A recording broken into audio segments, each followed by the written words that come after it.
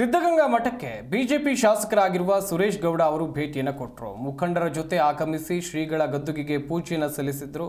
ಬಳಿಕ ಸಿದ್ಧಲಿಂಗ ಶ್ರೀಗಳ ಆಶೀರ್ವಾದವನ್ನು ಕೂಡ ಸುರೇಶ್ ಗೌಡರು ಪಡೆದಿದ್ದಾರೆ. ಮುಖಂಡರು ಮತ್ತು ಅಭಿಮಾನಿಗಳಿಂದ ಶುಭ ಹಾರೈಕೆ ಕೂಡ ಬಂತು. ಸಚಿವರಾಗುವ ಭಾಗ್ಯ ಸಿಗಲಿ ಅಂತೇಳಿ ಅವರ ಅಭಿಮಾನಿಗಳು ಶುಭ ಕೋರಿದ್ದಾರೆ.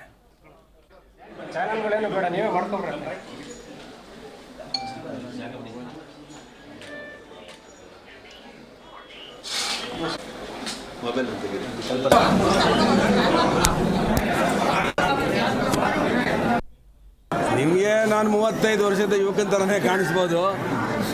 ಇವತ್ತು ನಮ್ಮ ಕಾರ್ಯಕರ್ತರು, ತುಮಕೂರು ಗ್ರಾಮಾಂತರ ವಿಧಾನಸಭಾ ಕ್ಷೇತ್ರದ ನಮ್ಮ ಕಾರ್ಯಕರ್ತರು ಮತ್ತು ತುಮಕೂರು ಜಿಲ್ಲೆಯ ಎಲ್ಲ BJPಯ ಕಾರ್ಯಕರ್ತರು ಮತ್ತು ನನ್ನ ಅಭಿಮಾನಿಗಳು ಇವತ್ತು ತುಂಬ ವಿಶೇಷವಾದ ರೀತಿಯಲ್ಲಿ ಒಂದು ಹುಟ್ಟುಹಬ್ಬದ ಕಾರ್ಯಕ್ರಮವನ್ನು ಹಮ್ಮಿಕೊಂಡಿದ್ದಾರೆ.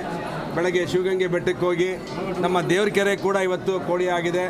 ಮತ್ತು ಸಾಸ್ಲು ಕೆರೆ, ಹೊನ್ನುಡಿಕೆ ಕೆರೆಗಳು, ಸಾಲು ಕೆರೆಗಳು ಅಪ್ ಟು ನಾಗವಲ್ಲಿವರೆಗೂ ಎಲ್ಲ ಕೆರೆಗಳು ಕೋಡಿ ಆಗುವಂಥ ಒಂದು ಸಂದರ್ಭದಲ್ಲಿ ನನ್ನ ಹುಟ್ಟದ ಹಬ್ಬದ ದಿವಸನೇ ದೇವರಮಾನಿ ಕೆರೆನೂ ಕೂಡ ಕೋಡಿ ಆಗಿರೋದು ನನಗೆ, ನನ್ನ ಕ್ಷೇತ್ರದ ಜನಗೆ ತುಂಬ ಹರ್ಷ ತಂದಿದೆ. ಈ ಭಾಗದಲ್ಲಿ ಸುಮಾರು 25 ವರ್ಷಗಳಿಂದ ಜನಪರ ಕೆಲಸಗಳನ್ನು ನಾನು ಮಾಡ್ಕೊಂಬಂದಿದ್ದೇನೆ. ರಾಜಕೀಯದಲ್ಲಿ ಯಾವುದೂ ಕೂಡ ದ್ವೇಷ ಅಸೂಯೆಗಳನ್ನು ನಾವು ಸಾಧಿಸಿಲ್ಲ. ಎಲ್ಲರನ್ನ ಪ್ರೀತಿಯಿಂದ ತೊಗೊಂಡೋಗಿದ್ದೇವೆ. ಅದಕ್ಕೆ ಈ ಭಾಗದ ಜನ ತುಮಕೂರು ಗ್ರಾಮಾಂತರ ವಿಧಾನಸಭಾ ಕ್ಷೇತ್ರ ಆದಮೇಲೆ 3 ಬಾರಿ ನನ್ನ ಶಾಸಕರು ಮಾಡಿದ್ರು. ಒಂದು ಬಾರಿ ಏನೋ ಕಡಿಮೆ, ಸುಮಾರು 1,500-2 ಸಾವಿರ ಓಟಲ್ಲಿ ಸೋತಿರ್ಬೋದು. ಆದರೆ 4 ವಿಧಾನ ಚುನಾವಣೆಯಲ್ಲೂ ಕೂಡ ಅವರ ಆಶೀರ್ವಾದ ಸಂಪೂರ್ಣವಾಗಿ ಮಾಡಿದ್ದಾರೆ. ಮುಂದೆ 2028ಗೆ ಕರ್ನಾಟಕದಲ್ಲಿ ನಮ್ಮ ವಿಜಯೇಂದ್ರನ ನಾಯಕತ್ವದಲ್ಲಿ ಸನ್ಮಾನ್ಯ ನರೇಂದ್ರ ಮೋದಿಯವರು ಮತ್ತು ಅಮಿತ್ ಶಾ ಅವರು, ನಡ್ಡಾ ಅವರ ಅಧ್ಯಕ್ಷತೆಯಲ್ಲಿ ಮತ್ತು ಇಲ್ಲಿ ನಮ್ಮ ಯಡಿಯೂರಪ್ಪನವರು ಮತ್ತು ವಿಜಯೇಂದ್ರ ಅವರ ನಾಯಕತ್ವದಲ್ಲಿ